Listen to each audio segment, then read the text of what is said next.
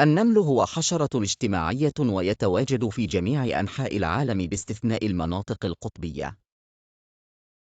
يعتبر النمل واحداً من أكثر الحشرات انتشاراً على الأرض وله دور مهم في البيئة. معلومات أساسية عن النمل: التركيبة الاجتماعية. يعيش النمل في مستعمرات قد تحتوي على عشرات الأفراد أو الملايين حسب النوع. لكل مستعمرة ملكة واحدة أو أكثر، وهي مسؤولة عن وضع البيض. العاملات هن إناث غير قادرة على الإنجاب، ويقمن بأعمال مثل جمع الطعام، وحماية المستعمرة، ورعاية الملكة واليرقات. الذكور موجودون فقط للتزاوج مع الملكة، وبعد ذلك يموتون.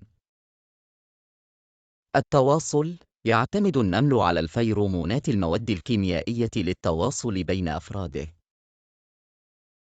يستخدمون هذه المواد لتوجيه الآخرين إلى مصادر الطعام أو لتنبيههم بوجود خطر. النظام الغذائي: معظم أنواع النمل آكلة لكل شيء، مما يعني أنها تتغذى على مجموعة متنوعة من الأطعمة مثل الحشرات الأخرى، العسل، الفاكهة، والحبوب. الدفاع والهجوم: لبعض أنواع النمل القدرة على اللدغ، والبعض الآخر يستخدم أفواه قوية أو مواد كيميائية للدفاع عن المستعمرة.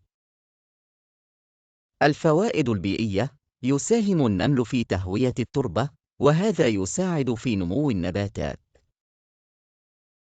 يعمل النمل على تحلل المواد العضوية ويساهم في دورة المواد الغذائية في البيئة.